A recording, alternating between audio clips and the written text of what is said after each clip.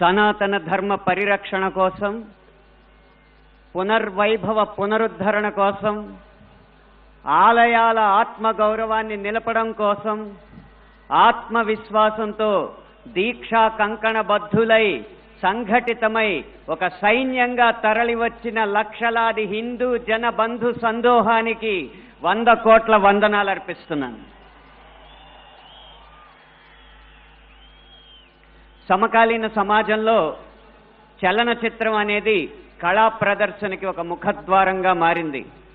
అది వెండి తెర మీదైనా, బుల్లి తెర మీదైనా, మన చేతుల్లో ఉన్న బుజ్జి తెర మీదైనా ఈ చలనచిత్రమే సంగీత, సాహిత్య, నృత్య, నటనాది కళారూపాల ప్రదర్శనకి ముఖద్వారంగా మారింది. అయితే వచ్చిన చిక్కల్లా ఏంటంటే, చలనచిత్రం, సినిమా అనేది ఒక వ్యాపారాత్మకమైన కళ, కళాత్మకమైన వ్యాపారం. వ్యాపారానికి కళాత్మకతని, కళాత్మకకి వ్యాపారాన్ని జోడించే క్రమంలో హిందూ ధర్మానికి కళంకం కలిగిస్తూనే వస్తుందన్న సత్యాన్ని నేను బాహాటంగానే అంగీకరిస్తున్నాను. అయితే మరే రంగానికి చెందిన వాడినో అయితే జరిగిన ఈ తప్పుకి విమర్శించవచ్చు, జరుగుతున్న ఈ నేరాల్ని వేటిపైన విరుచుకుపడచ్చు. కానీ అదే సినీ రంగానికి చెందిన వాడిని కాబట్టి ఇప్పటిదాకా జరిగిన ఈ హైందవ ధర్మ వ్యక్తిత్వ హననానికి యావత్ ఈ హిందూ సమాజం ముందు సినీ రంగం తరపున క్షమార్పణలు సమర్పిస్తూనే నేను ముందుకు వెళ్తున్నాను. ఆ క్షమార్పణలు కనుక నేను సమర్పించకపోతే ఇంకొక మాట మాట్లాడే అర్హత కూడా నాకు లేదు. అయినా ఇక్కడ ఆ 4 మాటలు మాట్లాడడానికైనా నాకున్న ఒకే ఒక్క అర్హత ఏంటంటే, ఇక్కడ ఈ హైందవ శంఖారావాన్ని, శంఖనాదాన్ని పూరించిన విశ్వ హిందూ పరిషత్ నిర్వహించిన సరస్వతి శిశు మందిర్లో నా ప్రాథమిక విద్య అభ్యాసం జరిగింది. కాబట్టి సినిమాల్లో హైందవ ధర్మం మీద దాడి ఎలా జరుగుతుంది, హైందవ ధర్మ హననం ఎలా జరుగుతుంది అనేది ఒక 3 కోణాల్లో 3-4 ఉదాహరణలో క్లుప్తంగా విభజించి వివరించే ప్రయత్నం చేస్తాను. ఇక్కడ దాడి 3 కోణాల్లో జరుగుతుంది.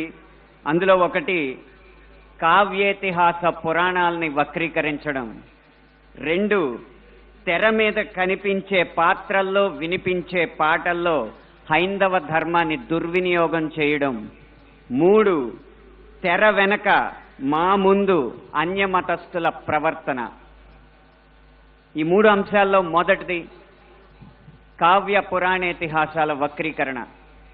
వాల్మీకి రామాయణం, వ్యాస భారతం భారత సాహితీ వాన్మయ శరీరానికి 2 కళ్ళ లాంటివి.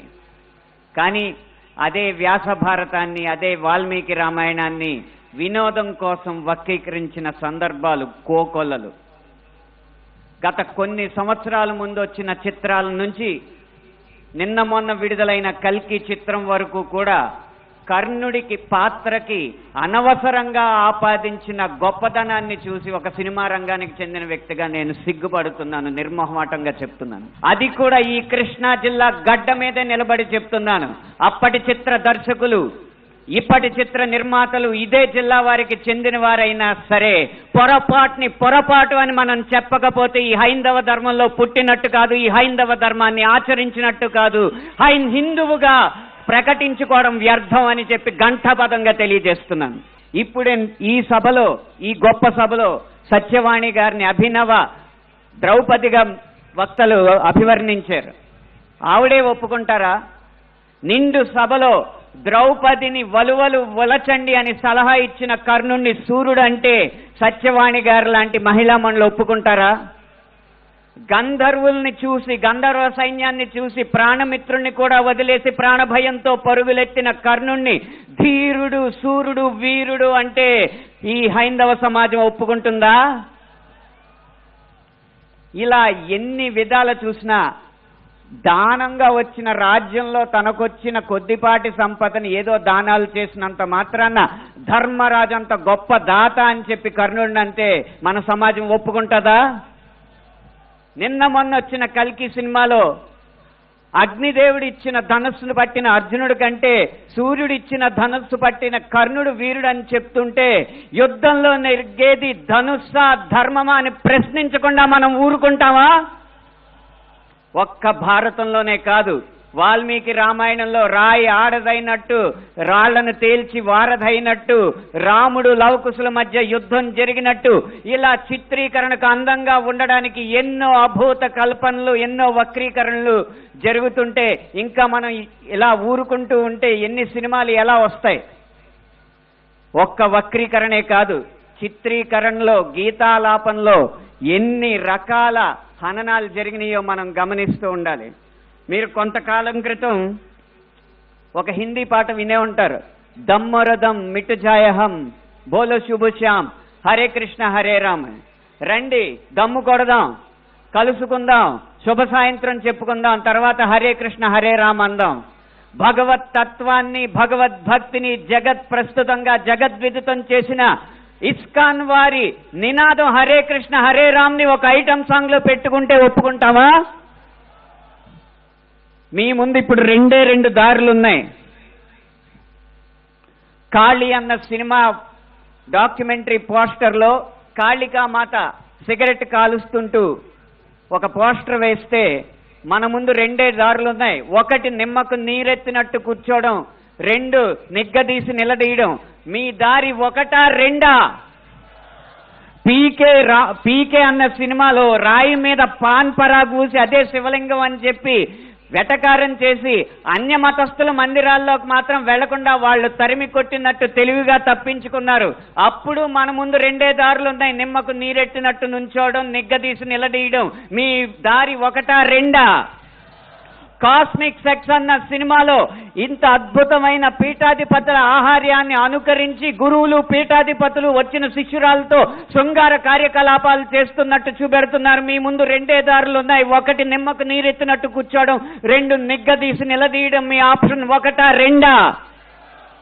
ఎంఎఫ్ హుసేన్ లాంటి చిత్ర దర్శకుడు, చిత్రకారుడు సరస్వతి, దుర్గా మాతల బొమ్మల్ని అశ్లీలంగా వేసినప్పుడు వారి కోవలోనే అక్రమ్ హుసేన్ అనే చిత్రకారుడు కృష్ణుణ్ణి బార్లో ఉంచి గోపికల్ని బికినీల్లో చిత్రించినప్పుడు మన ముందున్న దారులు రెండు, ఒకటి నిమ్మకు నీరెత్తినట్టు కూర్చోవడం, రెండు నిగ్గదీసి నిలదీయడం. మీ దారి ఒకటా రెండా? ఛత్రపతి శివాజీ తర్వాత అంత గొప్ప మరాఠా యోధుడు బాజీరావుని బాజీరావు మస్తానీగా ప్రేమ పిచ్చోడుగా చిత్రీకరించినప్పుడు మన ముందు రెండు దారులు ఉన్నాయి, ఒకటి నిమ్మకు నీరెత్తినట్టు కూర్చోవడం, రెండు నిగ్గదీసి నిలదీయడం. మీ దారి ఒకటా రెండా? ఇలా ఇన్ని విధాలుగా హననం జరుగుతుంటే ఇంకా మనం నిశ్శబ్దంగా కూర్చుంటే అది మన హైందవ సమాజానికే కళంకం అని నేను మనస్ఫూర్తిగా తెలియజేస్తున్నాను. పాటని ఎలా ఉపయోగించచ్చో, అదే హరే కృష్ణ హరే రామ్ని ఎలా ఉపయోగించచ్చో సీతారాం శాస్త్రి గారు మనకు తెలియజేశారు. హరే రామ హరే కృష్ణ కృష్ణ కృష్ణ హరే హరే. రామున్నైనా కృష్ణున్నైనా కీర్తిస్తూ కూర్చుంటామా, వాళ్ళేం సాధించారో కొంచెం గుర్తిద్దాం మిత్రమా. సంద్రం కూడా స్తంభించేలా మన సత్తా చూపిద్దామా, సంగ్రామంలో గీతా పాఠం తెలుపమా. ఇది పాట రాయడం అంటే, ఇది పాట ద్వారా సమాజ హితం కోరడం అంటే, ఇది పాట ద్వారా మార్పు తీసుకురావడం అంటే, ఇది పాట ద్వారా ఉత్సాహం రేకెత్తడం అంటే, ఉద్వేగం రేకెత్తడం అంటే, ఉత్తేజితుల్ని చేయడం అంటే. ఈ దారిలో మాలాంటి పాటల రచయితలు అందరూ నడవాలని నేను కోరుకుంటున్నా. ఇక ఆఖరి అంశం, మాకు వ్యక్తిగతంగా జరిగేది తెర వెనక సినిమాల్లో అన్య మతస్థులు చేసేది ఒక్క అనుభవం చెప్పి మీకు ముగిస్తాను. ఒక సినిమా పాట రాయడానికి నేను ఒక సంగీత దర్శకుడి దగ్గరికి వెళితే ఆ పాటలో బ్రహ్మాండ నాయకుడు అన్న హిందూ పదం ఉందని చెప్పి ఆ పాట చేయనన్నాడు. నువ్వు ఒక్క హిందూ పదం ఉందని చెప్పి పాట చేయనన్నావు కాబట్టి జీవితాంతం నువ్వు చేసిన ఏ పాటకి నేను రాయనని చెప్పి ప్రతిజ్ఞ చేసి 15 సంవత్సరాలుగా ఆ వ్యక్తికి నేను పాట రాయలేదు. అలాగే ఒక పక్క రాష్ట్రం సంగీత దర్శకుడు వెళ్ళగానే దర్శక నిర్మాతలతో తిరుపతి ఆలయ విధానాలని విమర్శిస్తూ ఉంటే వాళ్ళు మిన్నక కూర్చుంటారు, ఎందుకంటే వాళ్ళకి మార్కెట్ ఉంది కాబట్టి. ఇదే మనం గీత గీయాలి కింద సినిమా అనేది నేను ముందు చెప్పినట్టు వ్యాపారాత్మకమైన కళాత్మకమైన వ్యాపారం కాబట్టి ఆ వ్యాపారాన్ని సినిమాకి లేకుండా చెయ్యాలంటే హిందూ ధర్మాన్ని హననం చేసే సినిమాలని, హిందూ ధర్మంపై దాడి చేసే సినిమాలని ప్రభుత్వం బహిష్కరించకంటే ముందు మనం తిరస్కరించాలి. బహిష్కరణ కంటే తిరస్కరణే గొప్ప మార్గం. ముందు మనం తిరస్కరిద్దాం. వాటికి వ్యాపారం రాదు, డబ్బులు రావు.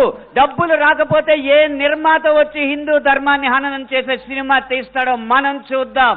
భం భం భం భం భళా భళా మోగిందిర శంఖారావం, ఇది హైందవ శంఖారావం. హిందూ బంధువులందరొక్కట ముందుకే గమని భావం, మును ముందు చూపాలి ప్రభావం. 3 నిమిషాల ఈ పాట రాసే అవకాశాన్ని, 5 నిమిషాల ఈ ప్రసంగం చేసే అవకాశాన్ని నాకు ఇచ్చిన ఈ నిర్వాహకులకి వేవేల పాదాభివందనాలు తెలియజేసుకుంటూ జై హింద్.